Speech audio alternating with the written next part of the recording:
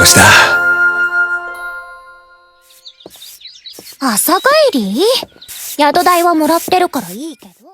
So we have just completed episode number 2 of Daily Life of a Middle-Aged Online Shopper in Another World, and I don't really know what to abbreviate this anime to. I guess we'll just call it Middle-Aged Daily Shopper. Maybe that's it. I don't really know, but it's a long-ass name. But we just got done watching episode number 2, and I want to make this very clear up front. I am loving the show. It is a very laid-back isekai anime. I love that our protagonist is older. I love that there's a semblance of realism to it.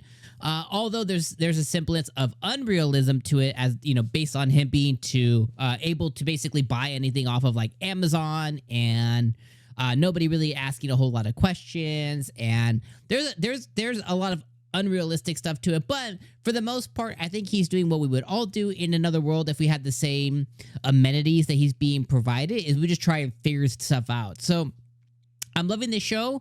I'm loving the side characters. I like that so far, you know, he has relations with the Beast Girl, the purple-haired Beast Girl. You know, this episode they spent a lot of time with all the Beast folk. This episode, he has some relations with the Beast Girl. I like the side character in his stall best friend, the lady who's next to him in the stall. I like that she also went with him to go and eat with all the Beast folk. I like that, you know, he's able to meet somebody else cool. I like the girl who is running the, I don't want to call it a tavern, but like the inn. The girl that's running the inn, I like how she keeps spending time with him. I think it's really adorable and cute. He met a wizard this episode as well too. So I love the world building. I love everything that it's brought to us so far. I also really like the merchant girl who was introduced, including her nanny. And he now met her father this episode as well too. So he now has relations with the merchant guild, where he's going to be selling his clothespins and among other things and among other trade. So I think he's established himself really well as well. And I'll talk a little bit more about the whole episode, but I love the stuff that it's doing so far. Now, I wanted to really, really overly fluff the episode, or I wanted to overfluff the show because I do have kind of like a nitpick. And I think a lot of this specific episode was wasted on him clearing out the forest and, you know, him kind of geeking out at the... It's not a tractor, like bulldozer thing that he ended up getting, the little crane bulldozer thing that he got. I just think it spent way too much time this episode doing that. And I was kind of baffled at how much time it wasted on him basically clearing the land for his potential new home. And the reason I was baffled is at the beginning of this show, we hella sped through, like, I mean, like they did like 5 times speed through him dying in another world, what he did before, isekaiing to this world.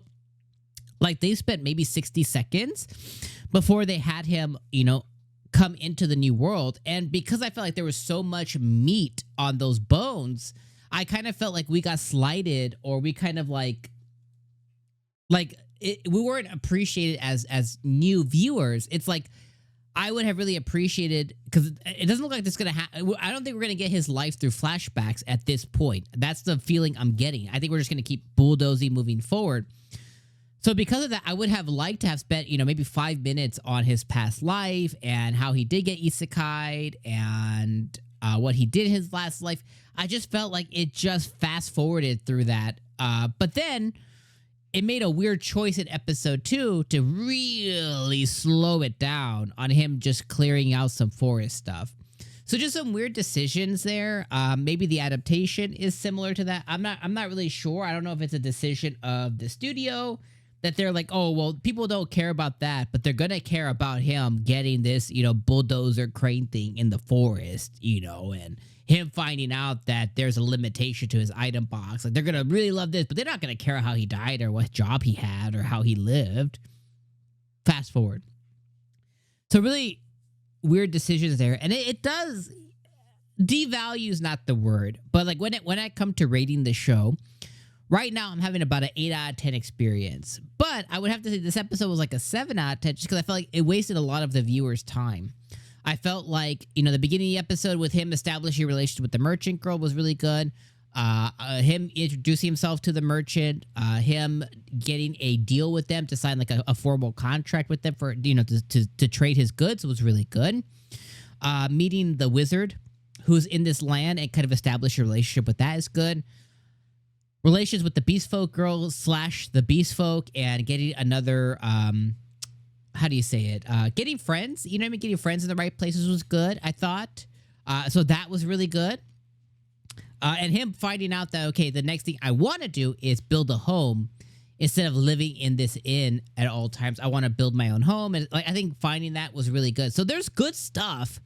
But then they just had this weird anomaly where they just spent a lot of time with him clearing out the forest. But then they kind of foreshadow what's coming next with the girl, the little slave girl or whatever that they keep showing. I assume that he's going to, I don't know, find her, save her, adopt her. I'm not really sure what's going to happen yet, but she's obviously been introduced because she's going to get introduced to us. So they sprinkled her in. So that's going to be the next thing that happens. But I kind of felt like we could have got there this episode, in my personal opinion. So, yeah, anyways, though, you know, just to reiterate, loving this show. I think this is a fantastic show this season.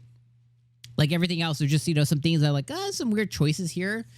It doesn't detract from my experience. I'm still having a good time watching it. I do like watching him geek out about, you know, diesel fuel and how he's going to make that stuff. Complain about how expensive it is. I like that. I do. I felt like it could have just been, you know, we could have tightened it up a bit, you know. So those are my feelings, though. I still think 8 out of 10 overall, maybe about 7 out of 10 this episode. So yeah, I'm having a good time watching it, though. This is definitely one of the pleasures of the season.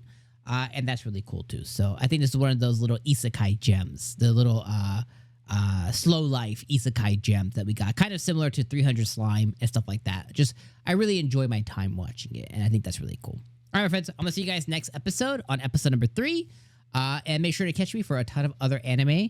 And if you are going to be around the channel this coming weekend, I'm going to be on vacation. So some of my reviews may be delayed till next week. Just an FYI. All right, much love. Have a good weekend. Peace.